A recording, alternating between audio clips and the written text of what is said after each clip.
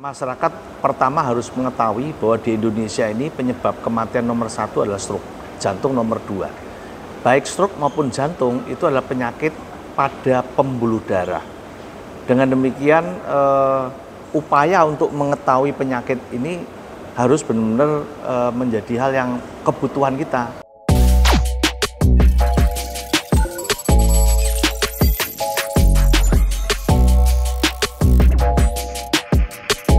Hai, selamat datang di channel Cerita Muria. Jangan lupa subscribe dulu ya. Terima kasih dan selamat menonton.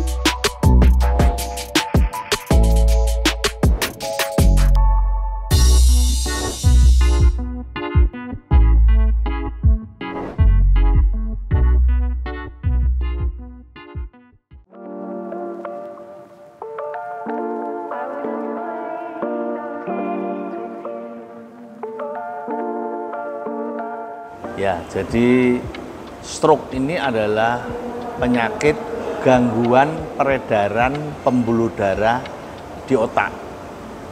Ada dua jenis stroke, yaitu stroke karena pembuluh darah otak pecah atau stroke perdarahan, dan ada yang jenis yang kedua, stroke karena sumbatan.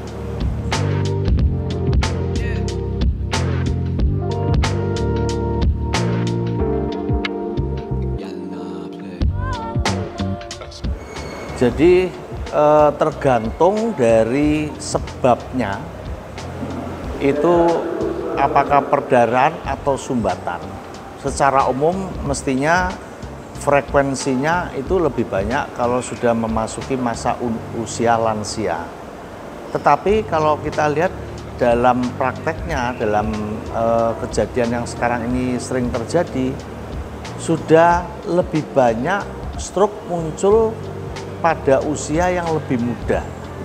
Jadi belum ada 50 tahun, 40 tahun sudah mulai tanda-tanda stroke mulai meningkat jumlah pasien.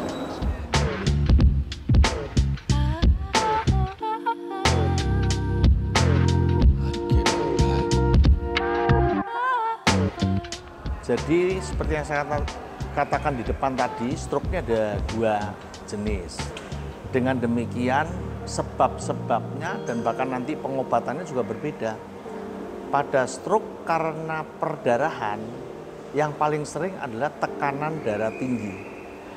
Nah, ini tentu yang harus dideteksi sejak awal dan dikendalikan. Pada stroke karena sumbatan, paling sering karena faktor seperti diabetes atau kencing manis, tetapi juga karena tingginya kadar kolesterol dalam darah yang kemudian bisa memberikan sumbatan di pembuluh darah baik otak maupun jantung.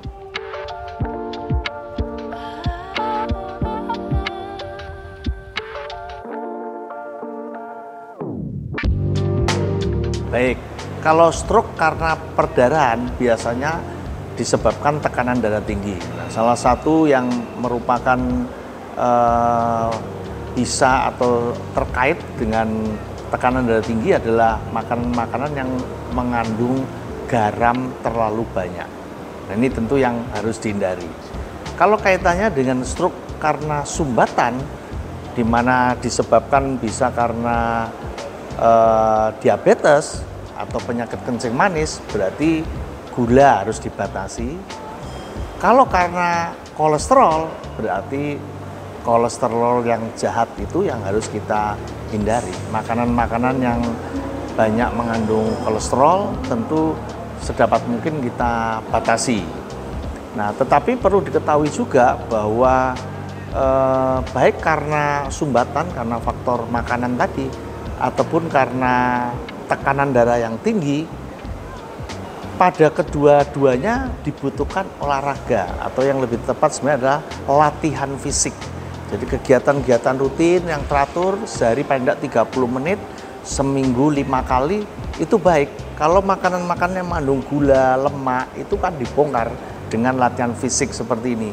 Sedangkan dengan tekanan darah tinggi, dengan kita berlatih secara rutin, teratur, latihan fisik, atau disebut olahraga ringan itu kita melatih otot-otot jantung kita. Jadi pada kedua jenis stroke ini, olahraga menjadi suatu kebutuhan utama.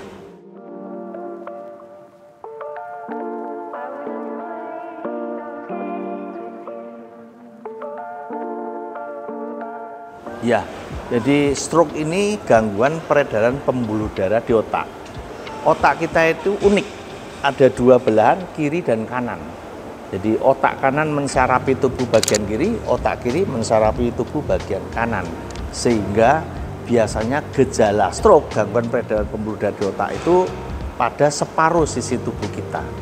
Nah, itu yang unik.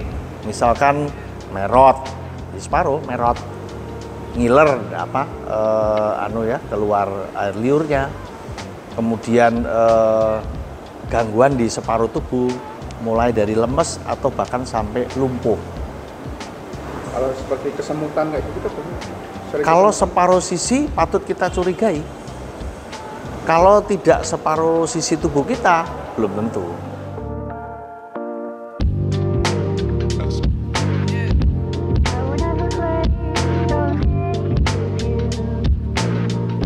Baik, jadi kalau kita berbicara mengenai penanganan, sebenarnya sudah agak terlambat. Lebih tepat sebenarnya adalah pencegahan. Nah, karena jenis stroke-nya berbeda, ada dua macam tadi, maka pencegahannya pun dibedakan. Kalau kaitannya dengan tekanan darah tinggi, maka kita harus kontrol tensi dengan baik. Kalau tensinya tinggi, mau tidak mau harus menggunakan obat anti hipertensi. Selain tentu saja mengatur pola makan dan olahraga. Pada kasus-kasus stroke karena sumbatan, tadi saya katakan utamanya dari faktor makanan. Kalau dia banyak mengandung lemak, potensi sumbatannya tinggi. Kalau ada diabetes, kadar gula yang tinggi, itu juga menjadi potensi. Jadi pola hidup sehatlah yang harusnya menjadi dasar untuk pencegahan stroke. Yang pertama tentu dari faktor makanan. Harus dikaitkan dengan status gizi, pola makan yang seimbang, jangan yang terlalu banyak lemak, manis, atau bahkan asin kalau ada hipertensi, ya. Pola makan yang seimbang. Pengaturan itu disesuaikan dengan status gizinya, apakah kurus atau normal atau berat badan berlebihan, tentu berbeda.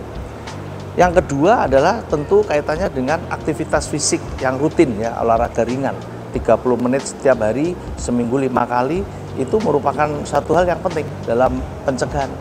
Yang ketiga tentu ada faktor-faktor risiko lain, misalkan mengurangi merokok atau stres. Kita harus kelola stres, karena stres pasti meningkatkan tekanan darah dan berpotensi menyebabkan stroke yang perdarahan. Jadi upaya-upaya pencegahan ini yang saya kira harus diketahui, dan yang tentunya bukan yang terakhir, ya, malah justru yang pertama adalah mengetahui penyakit ini. Jadi kalau kita sudah tahu penyakitnya, kita bisa upayakan pencegahan dan penanganan. Nah, penanganan stroke ini harus di rumah sakit, tidak bisa tidak.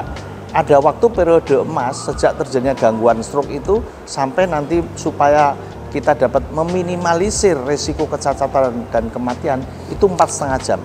Maka ketika ada tanda-tanda stroke, masyarakat harus segera ke rumah sakit terdekat.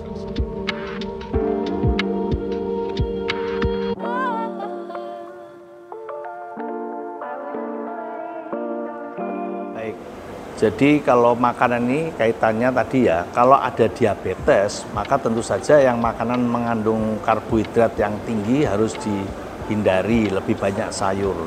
Tapi kalau bukan karena diabetes sumbatannya, tapi karena lemak yang tinggi, maka makanan-makanan yang berlemak ini harus dikurangi. Seperti makanan goreng-gorengan, kemudian daging-daging, ya. Dan kemudian santan kalau terlalu banyak juga tentunya kurang baik.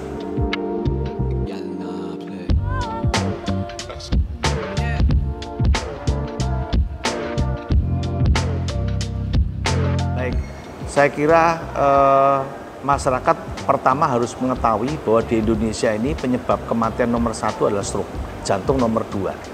Baik stroke maupun jantung itu adalah penyakit pada pembuluh darah.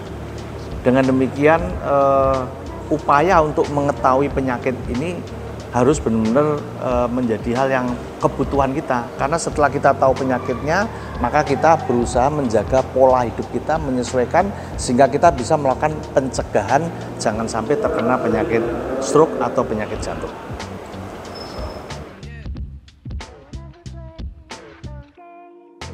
Terima kasih sudah menonton video ini. Jangan lupa subscribe channel kami ya, biar kamu gak ketinggalan cerita-cerita menarik dari kami.